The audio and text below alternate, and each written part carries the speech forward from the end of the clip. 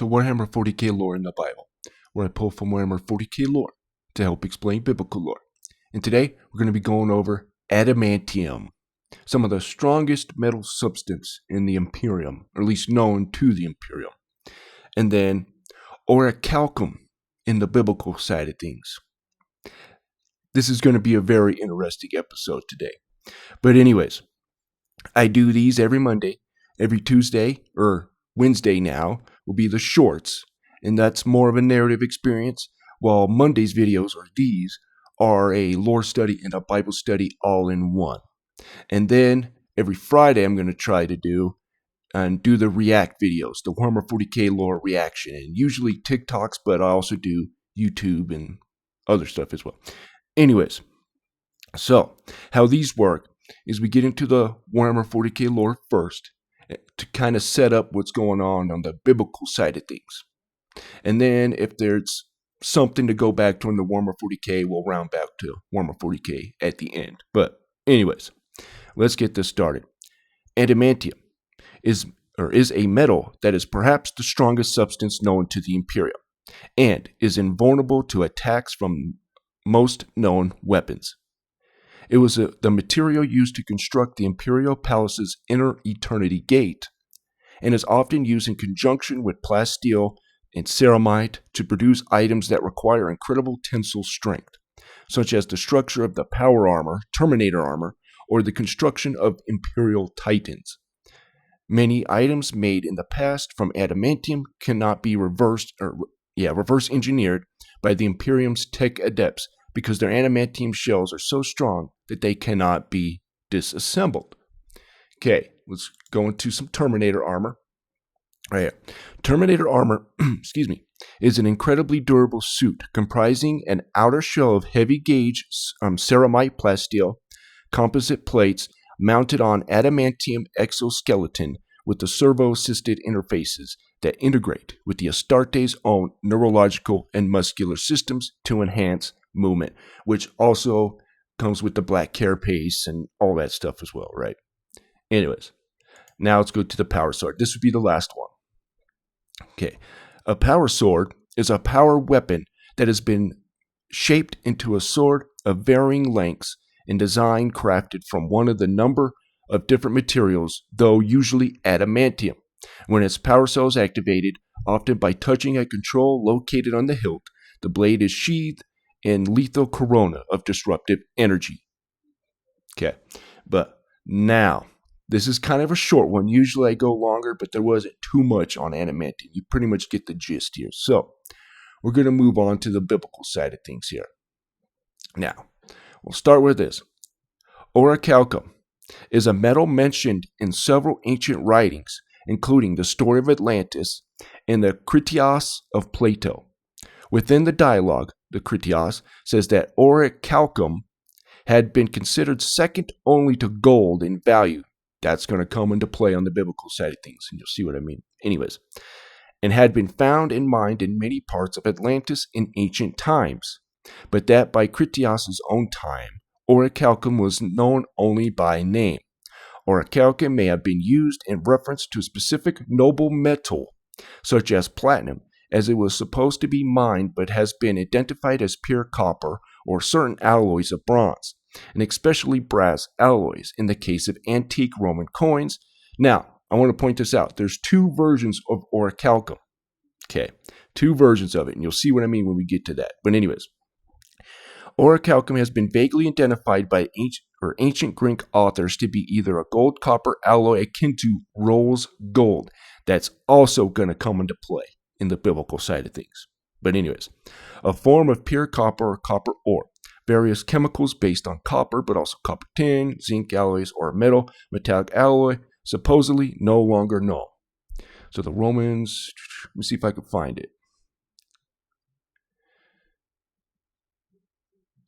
Okay, so the Romans transliterating as orichalcum, alternatively as orichalcum, took it to mean gold copper, deriving root from aurum gold, but this is what it actually means, rather than the Greek oros, mountain. That is also going to come into play in the biblical side of things. It's literally called the mountain ore. Okay. The comic playwright Platius makes a few unclear jokes about orichalcum that were once interpreted to mean that the metal was regarded as something like fool's gold, but may simply be about its value relative to gold. Okay, anyways. So remember, there's two versions of it. All right, so let's read this. Or actually, let's get to the biblical side of things, because that's what this is about, right? So this is Ezekiel 1:4. And I looked, and behold, a whirlwind came out of the north, a great cloud, and a fire unfolding itself, and brightness was about it, and out of the midst thereof as the color of amber. Remember that red? Let's see if I can find it. Where is it? To rose gold. Okay, remember that. Colored gold is in a gold alloy that's distinctive color. So remember that. Color amber, and out of the midst of the fire. Okay. So, and also out of the midst thereof came the likeness of 4 living creatures. Now, let's get into Tyrus real quick. Let me find it. Where did I put it? Right. So we know that there's this Prince of Tyrus and also this King of Tyrus, right? And we know Tyrus as Atlantis. So first, let me bring this up. So Ezekiel 28:12. So this is the king of Tyrus. Actually, let's go to the first part of it. Right. Let's go to verse 2. Son of man, say unto the prince of Tyrus, thus saith the Lord God, because thine heart is lifted up, and thou hast said, I am a god. I sit in the seat of God, in the midst of the seas. Yet thou art a man and not God, though thou set thine heart as the heart of God. So we know, okay, this is Atlantis. So we'll go to Ezekiel 26 so we can see even further. Okay, let's go here. Verse 26. Okay. Son of man, because let's go here. So it's talking about Tyrus here, right? So, right. Thus saith the Lord God, or verse 15. To Tyrus, shall not the isles shake at the sound of thy fall, when the wounded cry, when the slaughter is made in the midst of thee? Then all the princes of the sea shall come down from their thrones, and lay away their robes, and put off their broidered garments, that they shall clothe themselves with trembling. So where I'm getting at is that Tyrus is Atlantis, right? And this is where a lot of this orichalcum stuff was built with, right? In Poseidon's temple, it was all built of this orichalcum. And we're going to see how they were able to get this. Okay, let me finish this. So verse 18. So now shall the isles tremble at the day of thy fall. Yea, the isles that are in the sea shall be troubled at thy departure. For thus saith the Lord God, when I shall make thee a desolate city, like the cities that are not inhabited, when I shall bring up the deep upon thee, and great waters shall cover thee. Now, you hear people say that Tyrus is Tyre. No, because check this out. When I shall bring thee down with them that descended to the pit, with the people of old time, and I shall set thee in the low parts of the earth, in places desolate of old, within that go down to the pit, that thou not be inhabited, and I shall set glory in the land of the living. Okay, let's go even further. And I will make thee a terror, and thou shalt be no more, though thou be sought for, yet thou shalt never be found again, saith the Lord God. You can still see remnants of Tyre today, right? So Tyrus is not Tyre, it is Atlantis. Okay, now that we got that, let's go back to 28. Okay, so we saw the prince of Tyrus, but now we're getting into the king of Tyrus, right? So let's start here. Right. Son of man, take up a lamentation upon the king of Tyrus, and say unto him, thus saith the Lord God, thou sealest up the sum, full of wisdom, perfect in beauty. Thou hast been in Eden, the garden of God. Now pay attention to all this part here.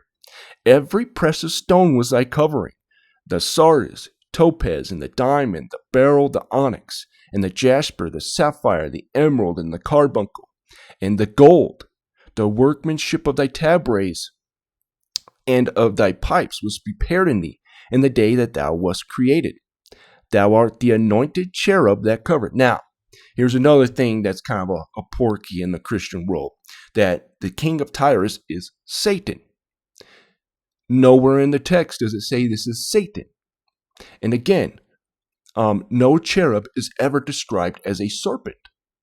What is described as a serpent? A seraphim. Seraphim literally means fiery serpent, right? Satan is called the dragon, that old serpent, right? Then we get in the book of Enoch, it says that Michael is over the serpents and the cherubim, right? So Satan is a seraphim, not a cherubim. So this character is someone different. He's another fallen angel, a principality that Ephesians 6:12 talks about, right? For we wrestle not against flesh and blood, but against principalities and powers and high places, right? But anyways, I'm getting too much in that. So the workmanship of thy tabrets and the pipes was prepared in thee in the day that thou wast created. Thou art the anointed cherub that covereth, and I have set thee so. Thou wast upon the holy mountain of God. Remember that. So let's go back here. Now let me read this. Okay.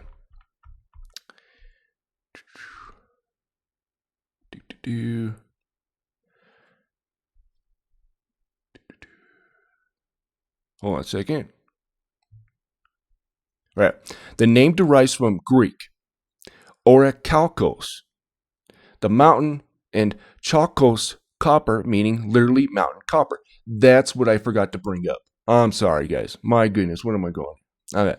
So amber, kashmal, probably bronze or polished spectrum metal. Amber.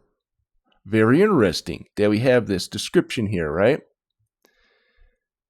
Okay. And now remember, chalkos. Let's go to Revelation. Now we're going to see depictions of God, right? Let me see here. No. Right.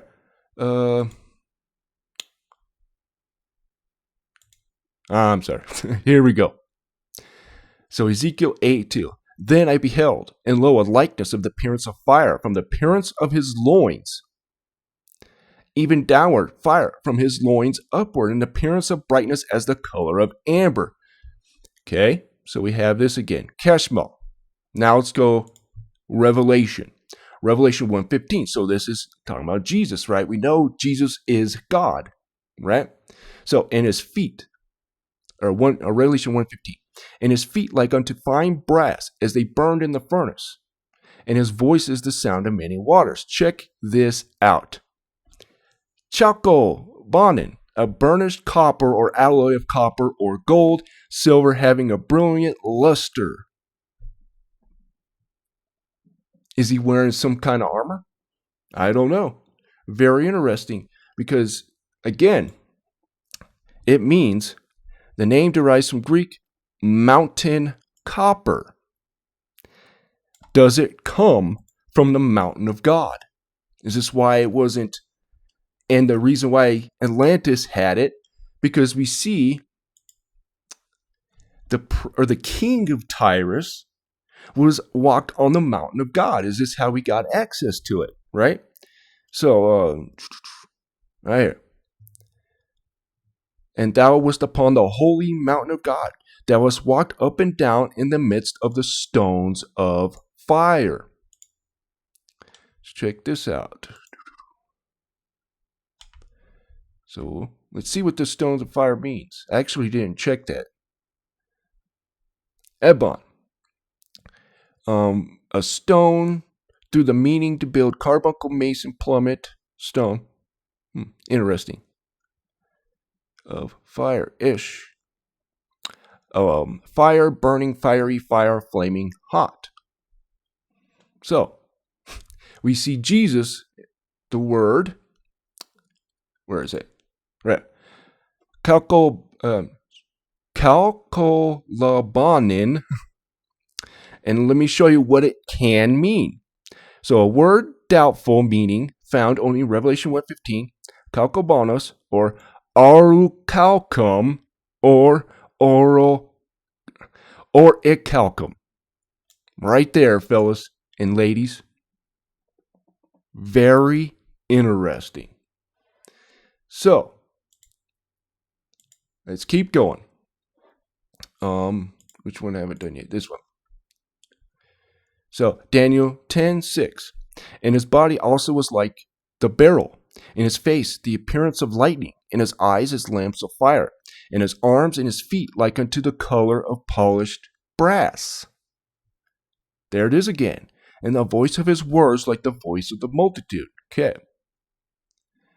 So this is Kosheth, Nek-Osheth, copper, something made of copper, coin, shekel, base, compared with gold or silver, and brass.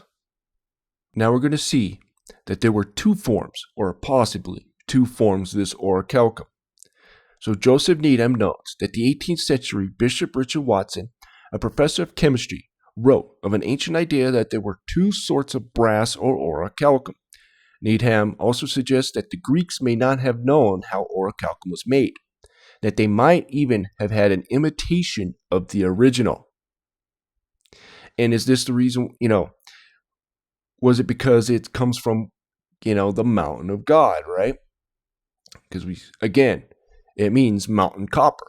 Now, back in the golden age, right, of when the gods were ruling, and I believe this was pre-Adam, this is before Adam, and during Lucifer's time and all that, right? And there was probably abundance of it, or at least it was on the earth. But because of its powerful, stuff, because we're going to see here, this is interesting, that it was used as a breastplate for King Turnus. Right. Oh, that's not. Where was it? Where'd it go? Oh, right here. Okay. In Virgil's Aeneid, the breastplate of Turnus is described as a stiff with gold in white orichalc, auru squalentum alboku orical or orico. Yeah. So, very interesting. So, who was this guy? So, Turnus. So, I want to make sure that he wasn't a god, but ancestry. He was a Nephilim.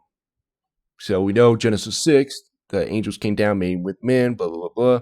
This is interesting. So, he was the son of the mortal king Donus and the sea nymph Vanilia, making him a demi-divine figure, similar to how Aeneas was the son of the goddess Venus.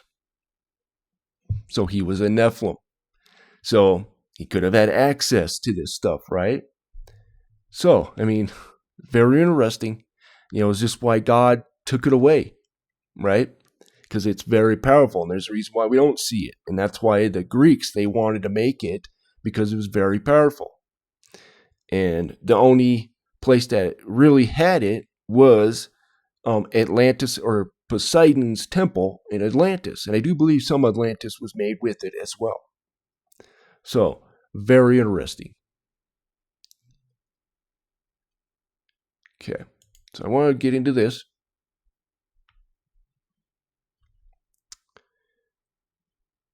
Ezekiel 1:13. As for the likeness of the living creatures, their appearance was like burning coals of fire, and like the appearance of lamps, and went up and down among the living creatures, and the fire was bright.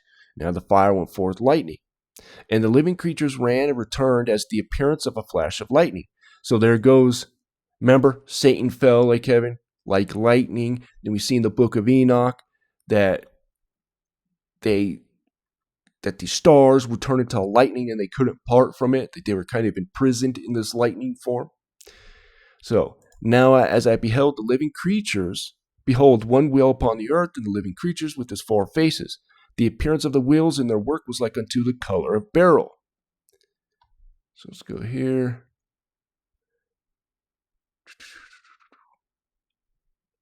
Appearance of the wheels like color of beryl. The four had one likeness, and their appearance and their work was as it were the wheel in the middle of a wheel. Are these made up? These ophanum, this is what they're called. The wheel within a wheel, they're called the ophanum. And we see that it has a barrel, so let's see what barrel. So there's different kinds, right? All different kinds. This is what it's usually talking about. So there is a reddish hue, right? And a yellow. This is what you see like in a lot of orbs that we see. But I'll leave it to that. So there's the golden barrel. There's a red. Right here. So very interesting. All different kinds of colors there. So, very interesting. And I only say that is it orichalcum, right? Because we know it has a red hue to it. That's not it. Right here. And building with the flash of, let me read this. So dialogue called Critias explains how the mythical citadel of Atlantis was adorned with walls, pillars, and floors that were coated in orichalcum, endowing the building with a flash of red light. Very interesting, guys. And another thing are the chariots of fire made with this stuff. So 2 Kings 2:11. And it came to pass, as they still went on and talked, that, behold, there appeared a chariot of fire, and horses of fire, and parted them both asunder. And Elijah went up in a whirlwind into heaven, a portal. So this chariot of fire came, and there was a portal in heaven. Is this some kind of vehicle that God has, right? Let's read this one. 2 Kings 6:16, or 17, sorry. And Elisha prayed and said, Lord, I pray thee, open his eyes, that he may see. And the Lord opened the eyes of the young man, and he saw, and behold, the mountain was full of horses and chariots of fire round about Elisha. And when they came down to him, Elisha prayed unto the Lord and said, Smite this people, I pray thee, with blindness. And he smote them with blindness, and according to the word of Elisha. Very interesting. Now, does it say that it's made by orichalcum? No. But is this a metal that God uses because it's very powerful? You know, the stuff the Greeks had, probably not so much. But the ore that comes from the mountain of God, and I want to read that again. Oh, I keep forgetting to do this. So, anyways, so this is Josephus, the Antiquity of the Jews, okay? And it says here. So when describing the whole utensils manufactured for the temple, Josephus writes, the king made all its vessels of brass and pots and the shovels and basins, and its other vessels he made of brass, and such brass as was the splendor, the beauty like gold. The Greek original, Josephus used the orichalcos, the exact ancient term for orichalcum, to describe this exceptionally beautiful gold-like brass. Now, pay attention to this. Where is it? Was in the splendor and beauty like gold. Right.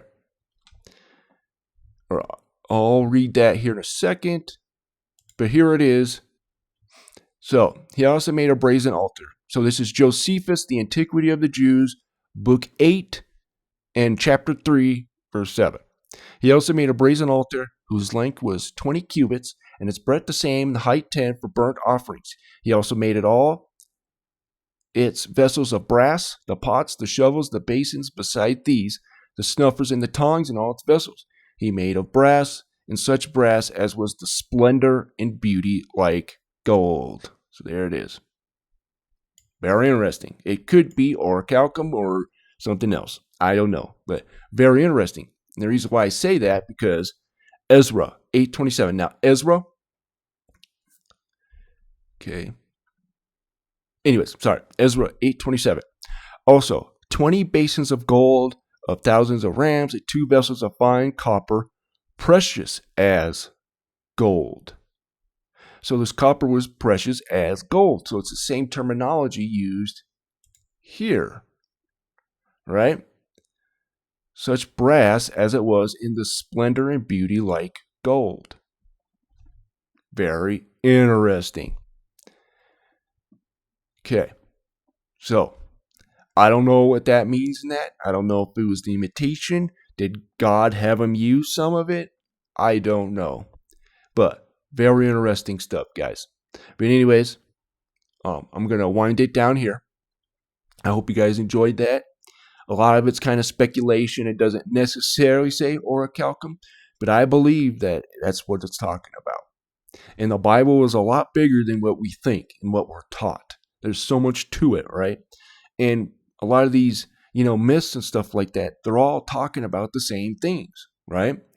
And I don't believe they were copying each other, because what would be the point? Are you going to follow the God who let his civilization die out? No, they're all seeing the same stuff, just in different languages. How can I prove that? The Nimrod. Remember Nimrod? How they were building this temple, or this Tower of Babel, right? And one of the things is God confounded their language. So they're all talking about the same thing, but different language, right? So, anyways, I just want to thank everybody who liked the video. If you disliked the video, thank you for at least giving me a chance. And I hope you guys have a wonderful day.